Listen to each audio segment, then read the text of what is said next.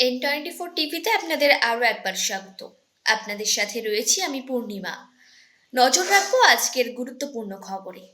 বছরে যেমন একবার বন্যা আসে, ঠিক তেমন বছরে একবার দেবও আসে।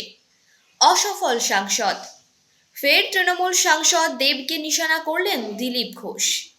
পাল্টা তৃণমূল সাংসদ দেব খড়গপুরে ভোটে দাঁড়াতে চান বলে সফট টার্গেট করছেন।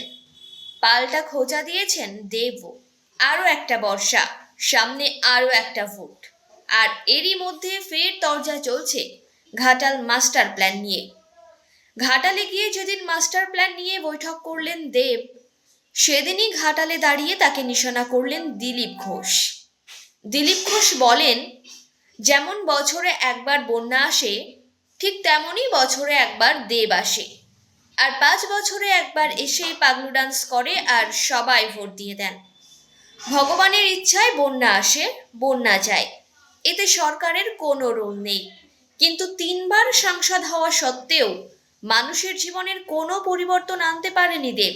এমপি তিনি 3 বারের, তার কাছ থেকে মানুষ আশা করে। প্রথম আশা যে মানুষকে যেন বন্যা থেকে তোলা হয়।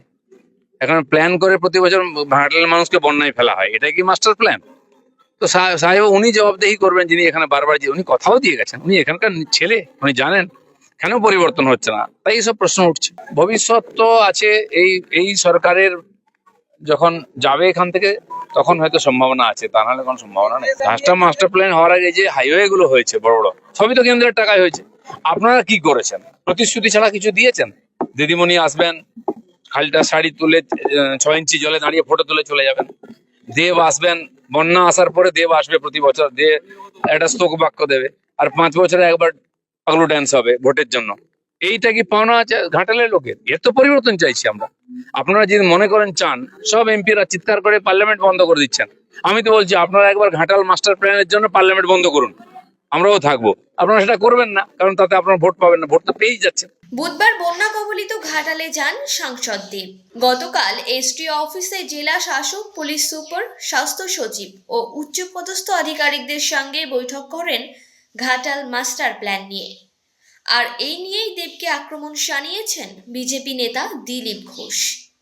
পাল্টা জবাবে দেব বলেন, এমন কোনো বিজেপি নেতাকে দেখেছেন যিনি রাজ্যসভা, বিধানসভা, লোকসভাতে এই ঘাটাল মাস্টার প্ল্যান নিয়ে কোনো কথা বলতে? এখন অনেক এমএলএ এমপি আছেন, ঘাটালের বিধায়ক রয়েছেন, তিনি কি এই নিয়ে একটা লাইনও লিখেছেন? আক্রমণ না করলেই রাজনীতি হয় না।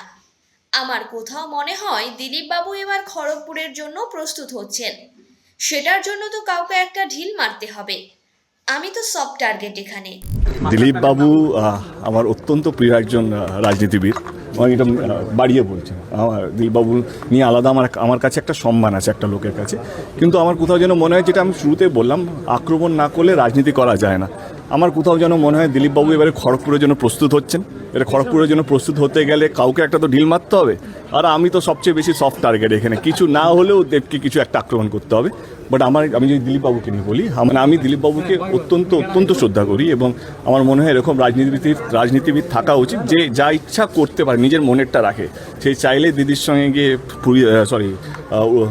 দীঘাতে গিয়ে জগন্নাথ ঠাকুরের কাছে মন্দিরে গিয়ে বসতে পারে, যে টিভিতে গিয়ে বলতে পারে কি আমি এটা করিনি, ওইটা করিনি। তো আমার এরকম লোকেরা যারা মন খুলে বাঁচতে পারে রাজনীতির মধ্যে থেকে, সেরকম লোকেদের সত্যি ভীষণ ভালো লাগে। অ্যান্ড সেখানে আমার মনে হয় দিলীপবাবু একজন অন্যতম রাজনীতিবিদ, এবং উনি আমার সিনিয়র পলিটিশিয়ান। উনি যা বলেছেন আমি মাথা পেতে নেব। যদি কোনো কারেকশন করার থাকে দিলীপবাবুর নাম্বার নিয়ে নিয়ে নেবো। আমি দিলীপবাবুকে ফোন করে বলে দেবো, দাদা মানুষকে ভালো রাখার জন্য আর কী করা উচিত, সেটা আপনি আমার থেকে বেশি সিনিয়র, আপনি আমাকে ভালো বোঝাতে পারবেন। এমন নিয়মিত খবরের আপডেট পেতে আমাদের চ্যানেল N24 টিভিতে চোখ রাখুন।